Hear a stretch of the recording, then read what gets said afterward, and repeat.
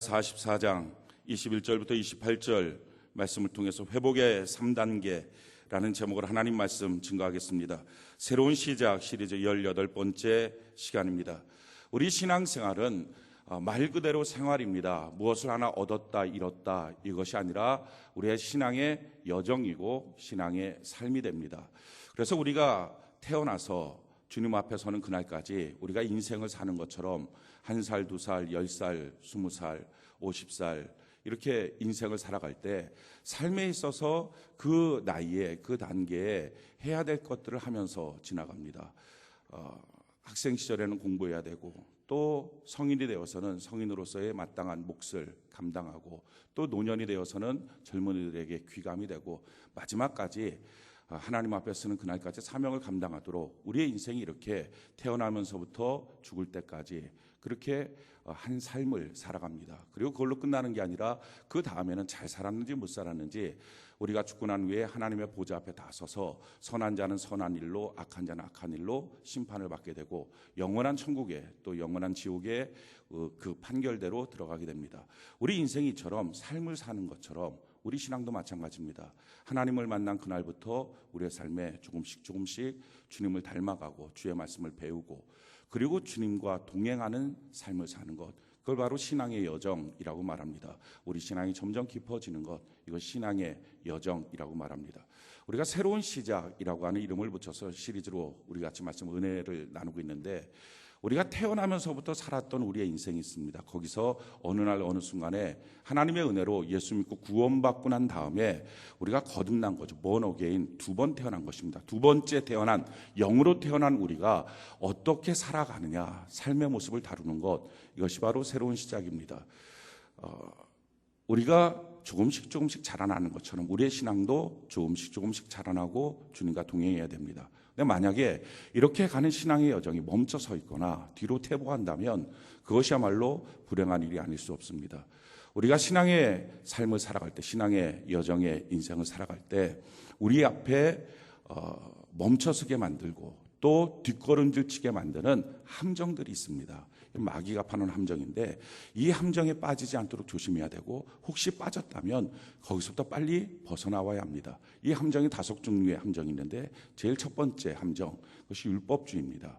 신앙생활 하나님의 말씀을 듣고 열심히 신앙생활을 합니다. 근데 열심히 하다가 보면 하나님을 바라봐야 되는데 어느 순간부터 우리의 시선이 주변의 사람들을 봅니다. 사람들은 어떻게 사는지, 저 사람들은 어떤지, 저 사람들은 무엇을 하며 사는지 자꾸 사람들을 바라보다 보면 그 다음부터 우리가 워낙 사람들을 좋아하기 때문에 하나님보다 사람들을 더 먼저 만났기 때문에 우리 마음속에 하나님을 의식하는 마음들이 상실합니다. 하나님은 내 외모를 보는 게 아니라 내 중심을 보십니다. 내 마음을 보십니다. 그래서 하나님을 상대하다 보면 자꾸 내 마음속에 있는 쓰레기들을 토해놓고 하나님 안에서 새 마음을 받고 내 마음의 중심의 보좌에 하나님을 모시고 주님과 더불어 살아가고 내 마음의 진실을 주님 앞에 쏟아놓고 이렇게 살아가거든요. 근데 하나님 바라보면서 신앙생활을 했던 사람이 어느 순간부터 주변을 바라보고 사람을 바라보다 보면 내 마음을 의식하지 않아요. 마음은 그냥 그런 거고 단지 내가 어떤 사람이냐, 다른 사람 나를 어떻게 의식하고 있느냐, 어떻게 봐주고 있느냐, 그래서 자꾸 겉의 모습만에 집중합니다. 내가 했다 안 했다. 사실은 예배를 드렸다 안 드렸다보다 더 중요한 것은 이 예배 가운데 내가 영과 진리로 예배를 드리고 있느냐, 예배 시간에 하나님 만나느냐, 큐티를 했다 안 했다보다 더 중요한 것은 이 큐티를 통하여 내가 조금씩 하나님을 알고 거룩해지고 있느냐, 이게 중요한데 그냥 했다 안 했다, 봉사했다 안 했다, 11조 했다 안 했다, 그러다 보니까 자기가 했다 싶으면 안 하는 사람들을 향해서 정죄하고요, 안 했다 싶으면 열등감이 들고요, 신앙이 교만하고 열등감 들고 왔다 갔다 하고 주변 사람들을 바라보면서 야, 저 사람은 더 인정받는 것 같아, 저 사람은 교회에서 목사님이 더 좋아하는 것 같아, 야, 저 사람은 더 많이 하나님이 뭔가 도와주는 것 같아, 왜 나는 안 도와주지? 그러면서 주변 사람들 보고 시기하고 미워하는 마음들이 끊임없이 생깁니다. 이게 율법주의예요. 이 율법주의를 갖다 보면 교회 안에서 하나님을 바라보면서 사랑하고 기뻐하는 마음이 있어야 되는데 그 마음이 점점 사라지고 딱딱하게 굳어지고 자기가 자기를 정죄하고 다른 사람이 자기를 정죄하는 것처럼 보이고 또한 다른 사람을 정죄하고 교만하거나 열등감에 빠지거나 왔다 갔다 하는 삶의 모습. 그러면서 자꾸 신앙생활에 하나님은 없는 거예요. 예배를 드려도 하나님이 의식되기보다는 사람들이 의식돼요. 주변 사람들이 나를 어떻게 보고 있느냐, 내가 어떤 사람이냐. 그래서 주변 사람들이 와서 야, 참 신앙 좋은 사람, 그러면 으쓱해지고, 너 신앙 왜 이래? 그럼 푹 가라앉고. 사람들을 의식하다 보니까요, 하나님을 잃어버리는 함정, 이게 율법주의예요. 두 번째 함정, 그것은 우리 신앙생활 가운데 운명주의에 빠지는 것입니다. 하나님의 섭리를 믿고 신앙생활을 해요. 하나님의 섭리가 뭡니까? 하나님의 솜씨로 하나님다운 일을 우리 인생에 설계하시고 이끌어 가신다, 이거예요. 그래서 우리 인생은 하나님이 이끌어 가시는 인생이에요. 하나님이 계획하고 나를 만들어 가시는 인생이에요. 그렇게 하나님이 계획하고 만들어 가신다, 이걸 알면 어떻게 됩니까?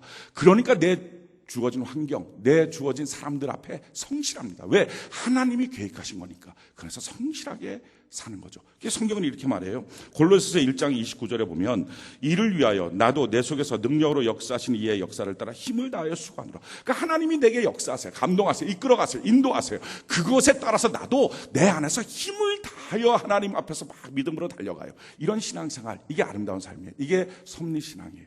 근데 어느 순간부터 이 사람이 피곤해진 거예요. 지친 거예요. 그래서 안 해요. 안 하면서 에이 몰라 이렇게 말을 안 하고 그동안 배운 게 있으니까 하나님이 알아서 해주겠지 이렇게 말해요. 근데 사실은 포기한 거예요. 지쳐버린 거예요.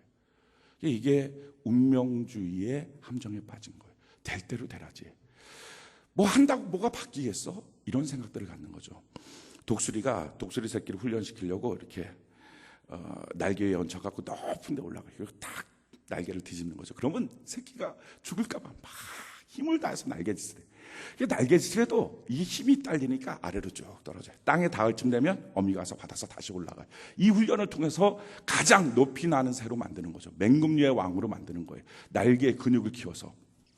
근데 이 새끼 새가 어느 순간부터 떨어지면 어미가 자꾸 붙잡아 주니까 에이 그럼 이제 못하러 이 힘을 써봤자 떨어질 걸 안 써. 그러니까 날개 높이 올라서 쭉 떨어뜨리니까 어차피 땅에 부딪히기 전에 엄마가 붙잡아 주겠죠. 날개 휙 접고 이렇게 휙 떨어져요. 통닭처럼 휙, 전기구이 통닭처럼 뚝 떨어지는. 이러면 붙잡아 주긴 하겠죠. 근데 문제는 뭡니까? 그 기간 동안에 정말 필요한 영적인 힘, 이 날개 힘이 안 생기잖아요. 포기하고 가만히 있으면 될 대로 되라지. 하나님이 우리 인생 포기하진 않죠. 이끌어 가시죠. 하지만 정작 중요한 내게 있는 영적인 근성이 없어요. 힘이 없어요. 그러니까 시간은 지나갔는데 교회 생활은 오래 했는데 기도의 힘도 없고 예배의 힘도 없고 말씀의 힘도 없고 봉사와 섬김의 힘도 없고 항상 약한 상태로 지탱하는 거예요. 이게 운명주의예요. 세 번째, 신앙생활하면서 갖게 되는 함정, 그것은 바로 부정주의입니다. 하나님을 믿는 긍정적인 마음으로 신앙생활해요. 열심히 기도해요. 그러다 어느 순간부터 에이 아무것도 안 돼 하고 쭉 가라앉아 있는 거예요. 성경은 이 모습을 이렇게 표현하고 있어요. 스바냐 1장 12절에 보면 그때 내가 예루살렘에서 찌꺼기같이 가라앉아 마음속에 스스로 이르기를 여호와께서는 복도 내리지 아니하시고 화도 내리지 아니하시리라 하는 자를 등불로 두루 찾아 보라리니.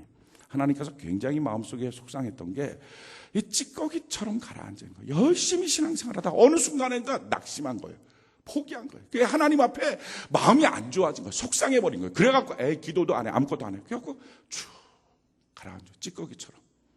이게 쏙 딸려서 내려와야 되는데 안 딸려오는 거.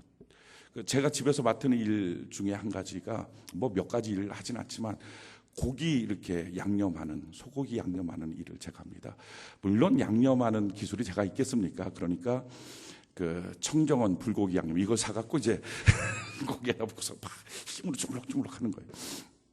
그거 왜 하냐면은 그거 해갖고 이제 막 주물럭 해갖고 구워서 주면 저희 딸이 와 맛있어. 아빠가 양념한 거야. 이거 얘기하고 싶어갖고 그거 하거든. 근데 양념 부으면 꼭 그 끝에 다 쏟아져 나왔는데 마늘 찌꺼기가 이렇게 좀 남아요. 그걸 볼 때마다 속상한 거. 이게 좀 다 빠져나오지. 거기다 물을 부었고 다시 또 붓기에는 간이 좀 약해질 것 같고. 그러니까 못 붓고 아쉬워하다가 버려요. 우리 하나님이 똑같이 예배 시간에도 찌꺼기처럼, 봉사도 찌꺼기처럼 그냥 쭉 가라앉아서 그냥 뭐 되겠어. 화도 안 내리고 복도 안 내리고 아무것도 없지. 하나님은 그렇게 하지 않는 거. 이 부정주의에 빠지게 된 이유가 뭐냐면요. 신앙의 목표가 잘못돼서 그래요. 우리 신앙의 목적은 하나님을 닮아가는 거예요. 다른 말로 바꾸면 거룩이에요. 근데 어느 순간부터 우리 신앙의 목적을 축복으로 정한 거예요. 자기가 예수 믿고 잘 먹고 잘 살자. 그러니까 물론 예수 믿으면 하나님이 복을 주십니다. 하나님의 자녀답게 사니까 복을 주시는 거예요. 복은 따라오는 거예요. 근데 복을 목적으로 살다 보니까 자기는 하나도 안 바뀌면서 복만 달라 그래요. 그러니까 하나님이 어느 순간부터 넌 안 돼. 더 복 받으면 너는 세속화돼. 세속적인 인간이 돼. 멈춰 쓰거든요. 근데 멈춰 쓸 때부터 그의 신앙도 멈춰서요. 하나님 왜 나를 돌보지 않냐고 원망하기 시작해요. 이 세 번째 부정주의의 유혹이에요. 여기 함정에 빠지면요, 기도도 힘이 없어요. 원망 불평만 있어요. 교회 상황 신앙생활에 다 원망하고 다 왜 그러냐고 의구심만 들고 이런 마음이 들어요. 네 번째 우리 신앙생활의 함정, 그것은 이기주의입니다. 괜찮아요. 다 잘하는 것 같아요. 근데 자기 신앙의 바운더리가 항상 자기 아니면 자기 가정, 자기 자녀 이거밖에 없어요. 자, 이렇게 신앙생활하면 문제가 어떤 문제가 생기냐면은 디모데후서 3장 1절 이하에 보니까 너는 이것을 알라. 말세에 고통하는 때가 이르러 사람들이 자기를 사랑하며 돈을 사랑하며 자랑하며 교만하며 비방하며 부모를 거역하며 감사하지 않으며 거룩하지 않으며. 자, 보십시오. 사람들이 자기 사랑하고 돈을 사랑해. 자기를 사랑하다 보면 제일 처음에 사랑하는 거, 그 다음에 돈을 사랑해. 왜? 자기를 보호할 게 돈밖에 없다고 생각해요. 그래서 돈이 없어지면 신앙도 흔들리고 돈이 생기면 신앙도 생겨요. 그러니까 이렇게 자기 사랑하고 돈 사랑하고 그 돈을 쓰는 바운더리도 자기 자신, 자기를 위해서 치장하고 자기 것, 자기 집 거기에 놓고 자기 자녀들 그 바운더리밖에 없어요. 이기주의. 다 좋은 것 같은데 결국 신앙은 자기밖에 없는 거예요. 근데 이렇게 하다 보면 나타나는 현상이 자랑하고 생기면 자랑하고 백 하나 들고서도 그 자랑하고 싶어서 막 안달이 나는 거예요. 주일날을 기대해요. 제발 주일이 와라. 그 예배 드리고 싶어서가 아니라 이걸 좀 자랑하고 싶은데 그냥 식당에 한번 쫙 한 바퀴 돌고 싶은 마음. 사람들이 와 어떻게 해서 남편이 이거 그러니까 이게 자랑하고 교만하고 그 안 되고 다른 사람들은 비방하고 부모 거역하고 부모는 왜 이 모양이야? 왜 나한테 주는 게 없어? 거역하고 감사하지 않고 거룩하지 않고 무정함 원통함 풀지 않고 모함하고 절제하지 못하고 사나우며 선한 것 좋아하지 배신하며 조급하며 자만하며 쾌락 사랑하기를 하나님 사랑하는 것보다 더하며 경건의 모양은 있으나 경건의 능력을 부인하는 자는 이 같은 자들에서 내가 들었어. 경건의 모양은 있어요. 기도하는 모습 예배드리는 모습을 있어요. 근데 사실은 능력이 없는 거예요. 그 경건의 힘으로 가난하나 부유하나 초막이나 궁궐이나 다 하나님 앞에서 능력 주신 주님에서 넉넉하게 거할 수 있는데 그게 안 되는 거예요. 이기주의. 이렇게 이기주의를 하다 보면 신앙에 어떤 문제가 생기느냐. 7절에 보니까요. 그 본문 7절에 보면 항상 배우나 끝내 진리의 지식에 이룰 수 없는 멈춰 서는 거예요. 더 이상 안 가요.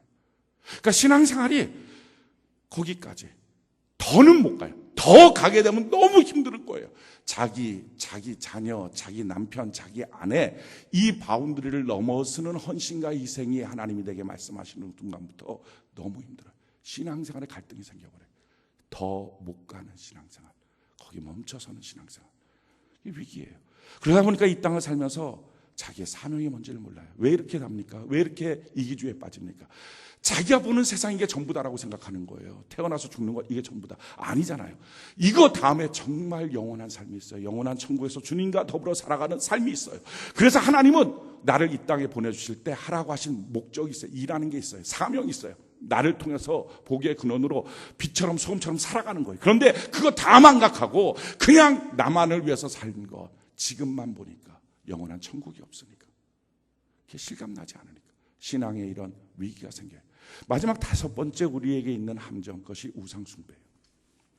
우상숭배하면요, 우상숭배가 하나님보다 더 좋아하는 것, 더 사랑하는 거예요. 그게 목적이 바뀌어지는 거예요. 그래서 하나님을 섬기기 위해서 살아가는 삶이 아니라 돈 벌려고 하나님을 섬기는 거예요. 그러니까 예배드리는 목적이 이번에 예배드리면 이번 한 주간 뭔가 잘 될래나? 내가 이번에 기도했는데 어깨가 뜨끈해졌어. 등허리가 뭐가 대단한 게 느껴졌어. 하나님이 뭐라고 삐리릭 하고 주시는 말씀이 있어서 이번에 사업하면 대박 날래나? 그러니까 모든 목적이 사업 잘 되는 거, 자녀 잘 되는 거, 하나님을 섬기며 하나님을 닮아가는 삶이 아니라 다른 물질을 위해서 하나님을 이용하는 삶, 이게 우상숭배예요. 우상숭배를 하다 보면, 신앙생활 할 때 우상숭배를 하다 보면 허무해져요. 어느 순간부터요, 교회에 오는 이유를 못 느껴요. 그냥 오는 거예요. 가야 되니까, 직분이 있으니까. 가정생활도 이유를 못 느껴요. 내가 왜 가정 안에 들어가서 부부간에 얘기 나누고 자녀들을 세워야 되는지 이유를 못 느껴요. 우상숭배의 문제입니다. 그러니까 우리 신앙생활에 이런 5가지 함정이 있어요. 마귀가 이 함정을 파놓고요, 함정에 빠지고 나면 그 다음에 허덕허덕해서 그 자리에 멈춰서거나 뒷걸음질 쳐요. 율법주의에 빠지든지 아니면 자기 신앙생활이 그냥 운명주의에 빠져서 될 대로 되라지, 부정적인 마음속에 찌꺼기처럼 앉아있든지, 아니면 자기가 이기주의를 꽉 차서 더 이상을 못 넘든지, 아니면 우상숭배에 빠져있든지. 이게 신앙생활의 5가지 함정입니다. 이렇게 함정에 빠지고 나면 영혼이 무너져요. 말씀을 들어도 은혜가 안 되고 예배 시간에 회복이 없어요. 신앙생활이 자꾸 힘들어져요. 기도하는 것도 답답해져요. 자, 이렇게 영혼이 무너지고 나면 그 다음에 삶도 무너지고 건강도 무너져요. 영혼이 잘된 같이 범사가 잘되고 강건한 건데, 영혼이 무너지니까 사람이 영적 존재거든요. 근데 본질이 무너지니까 나머지가 다 무너져요. 뿌리가 썩어버리니까 위에 줄기, 잎사귀, 열매 다 썩어버리는 것처럼 결국은 범사, 내 삶에 있는 건강, 일, 자녀, 관계 다 병들고 무너집니다. 사랑하는 성도 여러분, 혹시 자기의 신앙이 병들어 있습니까? 그래서 자기의 삶의 모든 것들도 답답하고 짜증나고 괴롭습니까? 거기에 멈춰 있으면 안 되잖아요. 오늘 주님 안에서 다시 회복되는 은혜가 있기를 바랍니다. 어떻게 회복돼야 될까? 그 회복에 대한 3단계를 말하고 있는 것이 오늘 본문 말씀이에요. 첫 번째 단계, 자, 이사야 44장 21절, 이사야 44장 21절, 우리 같이 한번 목소리 한번 읽어봅시다. 시작. 야곱아, 이스라엘아, 이 일을 기억하라. 너는 내 종이니라. 내가 너를 지었으니 너는 내 종이니라. 이스라엘아, 너는 나에게 잊혀지지 아니하리라. 아멘. 기억하는 거, 이게 첫 번째 단계예요. 기억하는 거. 하나님이 내게 베푸신 은혜를 기억하고, 내가 신앙 좋았을 때, 믿음 좋았을 때 달려갔던 내 삶의 모습들을 다시 회복하고 기억하는 거. 여기서부터 신앙생활을 시작하는 거예요. 누가복음 15장에 보면 탕자의 비유가 나와요. 예수님이 하신 비유죠. 거기에 둘째 아들 탕자가 아버지한테 재산, 유산 다 주세요. 유산 갖고서 먼 나라로 가서 허랑방탕 다 써버렸어요. 먼 나라에 가서 쓰면 자기가 성공할 줄 알았어요. 근데 그렇지가 않죠. 갖고 다 써버렸어요. 흉년이 왔어요. 먹고 살 길이 없어요. 돼지 치는 자가 됐어요. 그래서 돼지 주염 열매를 먹고자 하나 그것도 먹지 못했어요. 그럴 때 어느 날 그 사람한테 그날이 왔어요. 저는 오늘 우리 모두에게 그날이 있기를 바랍니다. 어떻게 왔느냐? 누가복음 15장 17절 이하에 보니까, 이에 스스로 돌이켜 이르되 내 아버지에게는 양식이 풍족한 품꾼이 얼마나 많은가. 나는 여기서 줄여 죽는구나. 내가 일어나 아버지께 가서 이르기를, 아버지, 내가 하늘과 아버지께 죄를 지었사오니 지금부터는 아버지의 아들이라 일컬음을 감당하지 못하겠나이다. 나를 품꾼의 하나로 보소서 하리라 하고. 자, 성경이 뭐라고 말해? 이에 스스로 돌이켜. 이것을 킹제임스 버전에 보면 그가 정신 차리고 난 후에, 이걸 성령의 각성이라 그래요. 오늘 이 시간 성령의 기름 부음, 성령의 감동이 있어서 우리를 각성시키는 성령의 역사가 있기를 바랍니다. 정신 차리는 거예요. 정신 차리는 거예요. 예배도 정신 차리고, 기도도 정신 차리고, 말세에 가장 성도들에게 도전하는 거, 정신을 못 차리는 거예요. 혼미한 상태로. 예배도 멍하니 졸다 깨다 무슨 생각, 무슨 말씀을 들은지도 모르고 아무것도 기억 못하는 예배. 큐티를 해도 아무것도 생각나지 않는 말씀. 기도를 해도 자기가 뭐라고 기도했는지도 모르는 멍한 상태. 그게 마귀의 역사, 말세의 역사예요. 정신 차리고. 이 탕자가요, 그렇게 무너지고 깨어진 삶에서 역전이 있었어요. 그 역전의 시작이 뭐예요? 정신을 딱 차리는 거예요. 근데 정신이 사람이 그냥 안 차려져요. 성령의 각성이 필요해요. 성령이 건드려줘야 돼요. 오늘 저와 여러분들을 성령이 건드려주는 은혜가 있기를 바랍니다. 그게 딱 정신이 차려지는 거예요. 정신이 차려져서 무엇이 떠올랐어요? 성경에 보니까 이렇게 말하죠. 내 아버지 집에는 양식이 풍족한 품꾼이 얼마나 많은가. 그래요. 아버지 집에 있을 때 얼마나 내가 풍성했는데. 그게 떠오르는 거예요. 오늘 그게 떠올라서 아버지 앞에 다시 가는 힘이 있는 은혜가 있기를 바랍니다. 근데 그거를 막는 게 있어요. 뭐가 막느냐? 지금 17절 우리 한번 띄워주시고 같이 한번 읽어볼까요? 17절 누가복음 15장 17절 같이 한 목소리 시작. 이에 스스로 돌이켜 이르되 내 아버지에게는 양식이 풍족한 품꾼이 얼마나 많은가. 나는 여기서 줄여 죽는구나. 지금 탕자가 뭐라고 말해? 야, 나는 여기서 줄여 죽는다. 여기 그냥 있으면 나 죽을 거야. 마귀는요, 성령의 각성이 있을 때 꼭 옆에서 이렇게 말해요. 괜찮아, 별것 아니야. 조금 지나면 해결될 거야. 안 된다고요. 그 생각까지니까 기도를 안 해요. 그 생각까지니까 정신 번쩍 들어서 하나님께 달려오질 않는다고요. 좀만 지나면 괜찮아지지 않아요. 가정, 부부간에 싸우는 거 괜찮습니까? 아니에요. 좀만 지나면 그것 때문에 이혼하는 거예요. 자녀하고 부모하고 소통 안 되는 거 괜찮습니까? 아니에요. 그것 때문에 좀만 지나면 자녀는 가출하고 마는 거예요. 사업, 물질 회전 안 돌아가는 거, 옆에 오더 내리는 거 이거 잘 안 되는 거, 뭐 직장들 같이 이게 움직여지는 게 안 되는 거, 그거 별것 아니니까 시간 지나면 해결됩니까? 아니에요. 조금만 지나면 그것 때문에 사업이 부도나는 거예요. 자기 돈만이 아니라 끌어 쓴 돈까지 다 날려버리고 인간관계 다 날려버리고 마는 거예요. 신앙생활 기도 안 되는 거, 예배 드리고 싫은 마음, 이런 것들 조금만 지나면 회복될 것 같습니다. 아니에요. 그것 때문에 결국 자기 신앙 팔아먹고 지옥 가는 인생 되고 마는 거예요. 마귀는요, 괜찮다고 말해요. 좀만 지나면 괜찮아진다고, 별 문제 아니라고. 아니에요. 성령이, 야, 내가 지금 이러면 안 돼. 정신 차려야지. 성령의 각성이 있을 때 이 마음이 있어야 된다고요. 나 여기 있으면 죽습니다. 할렐루야. 나 여기 있으면 안 됩니다. 하나님 나를 건져내어 주옵소서. 내가 가야 됩니다. 내가 여기 있으면 추려 죽습니다. 그 마음 갖는 거. 이게 회복의 첫 번째예요. 대충 시간 지나면 되는 것 없어요. 마귀가 도전하기 시작하고 난 다음부터는요, 가면 갈수록 도적질 죽이고 멸망시키는 것밖에 없어요. 멈춰서고 더 좋아지지 않아요.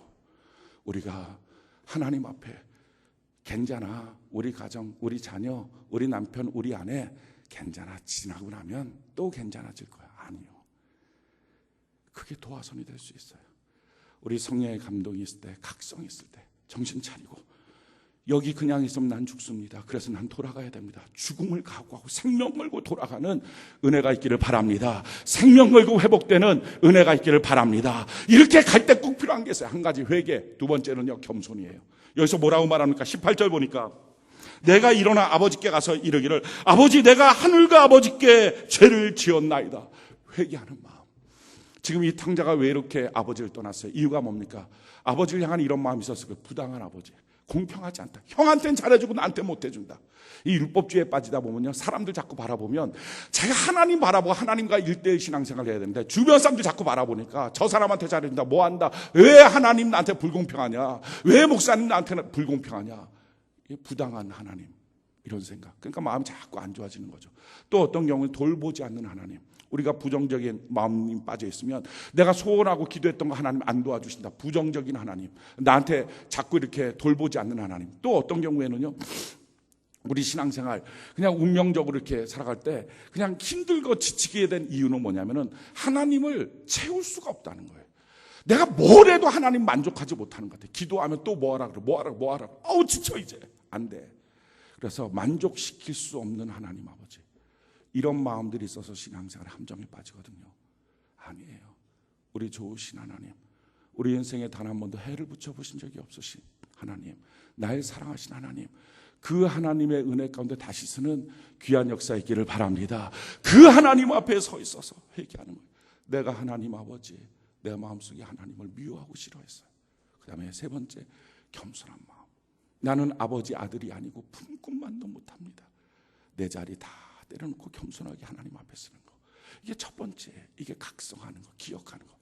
자, 두 번째, 이 각성하고 기억하는 것. 오늘 저와 여러분 모두에게 함정에 빠지는 거, 푹 빠진 사람도 있고 발만 슬쩍 빠진 사람 다 똑같아요. 오늘 우리가 다 회복돼서 하나님의 회복 가운데 다 들어가는 은혜가 있기를 바랍니다. 자, 두 번째 회복의 단계가 무엇입니까? 22절, 이사야 44장 22절. 우리 같이 한 목소리 한번 읽어봅시다. 시작. 내가 내 허물을 빽빽한 구름같이 내 죄를 안개같이 없이 하였으니 너는 내게로 돌아오라. 내가 너를 구속하였습니다. 두 번째 뭡니까? 돌아가는 거예요. 실질적인 액션이 있는 거예요. 하나님 앞에 나가는 거예요. 예배 안 드렸던 사람 예배 드리고, 봉사 안 했던 사람 봉사하고, 하나님 앞에서 마음 쭉 눌려갖고 멀찍이 있던 사람 가까이 나오고, 하나님 앞에 액션이 필요한 것입니다. 성경이 그래서 이렇게 말해요. 이 탕자가 어떻게 하냐, 이런 생각을 하고 난 다음에 누가복음 15장 20절 바로 이어서 이에 일어나서 아버지께로 돌아가느라, 미루지 않았어요. 사랑하는 성도 여러분, 우리가 미루지 않고 오늘 그냥 하나님께로 돌아가는 은혜가 있기를 바랍니다. 오늘 다시 믿음을 갖고 예배드리고 지금 이 시간부터, 여기서부터 우리 하나님 앞에 다시 기도하고 다시 하나님 앞에 믿음을 갖고 하나님께로 돌아가는 은혜가 있기를 바랍니다. 자, 이렇게 돌아가고자 할 때 꼭 걸리는 게 있어요. 죄예요. 죄책감. 함정에 빠져 있을 때, 신앙이 쭉 무너졌을 때 사람들은요, 할 말 못할 말 다 해요. 할 행동 못할 행동 다 해요. 주변 사람들한테 막 싫다고 밉다고 화난다고 하고 싶은 것 다 말하고 행동해요. 그것 때문에 자기 발목을 잡아요. 내가 그렇게 말했는데, 내가 그렇게 행동했는데 어떻게 내가 돌아가? 다른 사람 나를 어떻게 보라고? 아니에요. 탕자가요, 그 아버지 재산 다 갖고서 허랑방탕 쓰고 나서 돌아가고자 할 때 얼마나 죄책감이 있을까요? 도대체 동네 사람이 날 뭐라고 볼까? 아니, 아버지가 날 뭐라고 보고 형이 나를 뭐라고 볼까? 갈 힘이 없었겠죠. 근데요, 성경이 이렇게 말해요. 이에 일어나서 아버지께로 돌아가니라. 아직도 거리가 먼데 아버지가 그를 보고 측은히 여겨 달려와 목을 안고 입을 맞추니 아들이 이르되 아버지, 내가 하늘과 아버지께 죄를 지었사오니 지금부터는 아버지 아들이라 일컬음을 감당하지 못하겠네. 지금 이 아들은요, 자기가 어떻게 고개를 들고 가겠어요? 그 동네 사람들이 자기를 뭐라고, 아버지가 자기를 뭐라고 볼지 모르니까 그냥 고개 숙이고 죄인처럼 가는 거예요. 근데 놀라운 게 그 아들이 떠난 그날부터 아버지는 그 아들 돌아올 줄 알고 그 아들 사랑하니까 그냥 동구 밖에 서서 계속 보는 거예요. 멀찍이 거리가 먼데 아들이 오는 그 모습 보고 달려가는 거예요. 이 아버지의 늙음악인데 눈도 어두웠을 텐데 이거 처음에서 딱 가서 아들 만난 거 아닐 겁니다. 수십 번 수백 번 실패했겠죠. 막 뛰어가서 보니까 안아보려고 하니까 자기 아들 아닌 거예요. 시무룩하게 돌아왔던 아버지, 또 뛰어가고 또 뛰어가고. 그러던 어느 날 이 아버지는요, 그 사랑 때문에 지치지도 않아요. 막 달려갔더니 정말 자기 아들이에요. 끌어안고 목을 비비고 입을 맞추고. 그랬더니 이 아들이 훈련했던 대로 자기 혼자 생각했던 대로 아버지한테 무릎 꿇고 나 이제 아버지 아들 아니고 품고 날게. 근데 아버지가 그런 말 듣지도 않아요. 왜? 아버지는 이미 다 용서한 거예요. 할렐루야. 우리의 모든 죄악을 우리 하나님을 용서하여 주신 줄로 믿습니다. 아무도 정죄하지 않는다고요. 믿음으로 그 자리에 달려올 때 다 기뻐한다고요. 성경이 이렇게 말해요. 아들이 이르되 아버지, 내가 하늘과 아버지께 죄를 지었사오니 지금부터는 아버지 아들이라 일컬음을 감당하지 못하겠나이다 하나 아버지는 종들에게 이르되 제일 좋은 옷을 내어다가 입히고 손에 가락지를 끼우고 발에 신을 신기라. 그리고 살찐 송아지를 끌어다가 잡으라. 우리가 먹고 즐기자.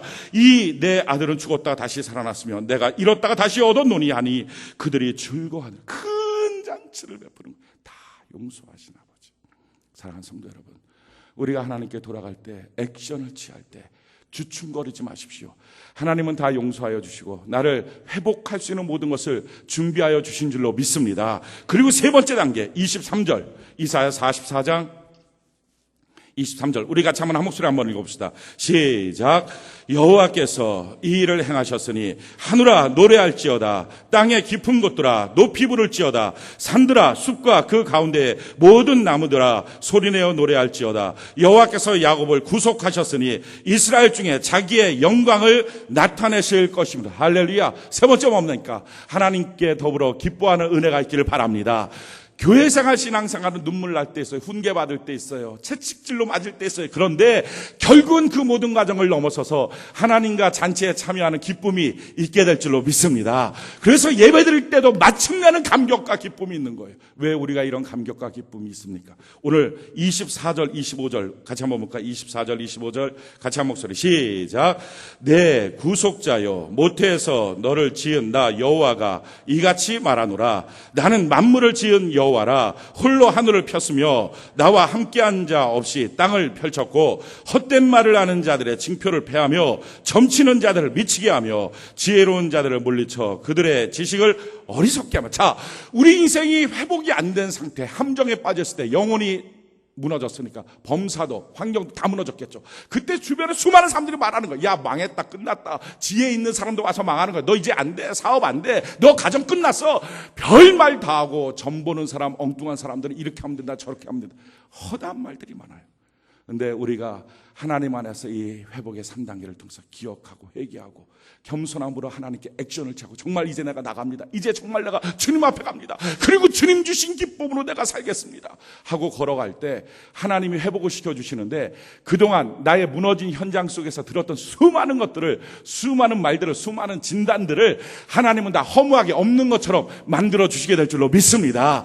그러니까 역전의 하나님, 그러니까 회복이에요. 예전과 똑같다면 무슨 회복이겠습니까? 예전에 있었던, 지금까지 있었던 모든 것들을 하나님은 다 뒤바꿔버리는 은혜가 있게 될 줄로 믿습니다. 그럼 하나님이 어떻게 하십니까? 26절부터 28절까지 같이 한번 한 목소리 한번 읽어봅시다. 시작. 그의 종의 말을 세워주며 그의 사자들의 계획을 성취하게 하며 예루살렘에 대하여는 이르기를 거기에 사람이 살리라 하며 유다 성읍들에 대하여는 증건될 것이라. 내가 그 황폐한 곳들을 복구시키리라 하며 기품에 대하여는 이르기를 마르라. 내가 내 강물들을 마르게 하리라 하며 고레스에 대하여 이르기를 내 목자라. 그가 나의 모든 기쁨을 성취하리라 하며 예루살렘에 대하여는 이르기를 증건되리라 하며 성전에 대하여는 내 기초가 놓여지리라 하는 자니라. 할렐루야. 우리 하나님 말씀하시는 거, 종의 기도를 들어주시고, 할렐루야. 우리 모두의 기도를 하나님 들어주시고 우리의 모든 계획을 세워주시고 다시 사람이 살라, 다시 부흥하라, 다시 회복되라, 풍성해져라 하나님 말씀하여 주시고 그 말씀을 이루어 주시게 될 줄로 믿습니다. 그러기에 우리 이 시간 그냥 그 상태에 머물러 있지 마십시오. 오늘 성령의 감동이 필요해요. 성령 하나님, 우리 모두에게 임재하셔서 나로 하여금 각성시키사 그냥 함정에 빠져도 무너져도 무너지는지도 모르고 점점점 고달픈 것만 알고 있는 내 모습이 아니라 정신 차리고 각성하게 하여 주시옵소서. 회개의 영을 내게 허락하시고 겸손의 마음을 허락하셔서 이제는 하나님께로 돌이키게 하시고 하나님께로 걸어가서 지금까지 있는 모든 진단, 지금까지 있는 모든 현상, 지금을 토대로 내온 모든 결론들이 하나님 다 뒤바뀌어지게 하셔서 하나님의 역전승을 내게 허락하여 주옵소서. 예배드리고 말씀을 믿고 사는 자에게 한 주간 동안 하나님이 어떻게 우리 인생을 역전시키는지, 회복시키는지, 하나님 나의 인생의 여정을 통하여 하나님을 찬양할 수밖에 없도록 하나님 나를 도와 주시옵소서. 이게 오늘 예배에 있어야 돼요. 오늘 이 복이 이 거룩한 주일날 우리 모두에게 임하기를 예수님 이름으로 축원해 드립니다. 우리가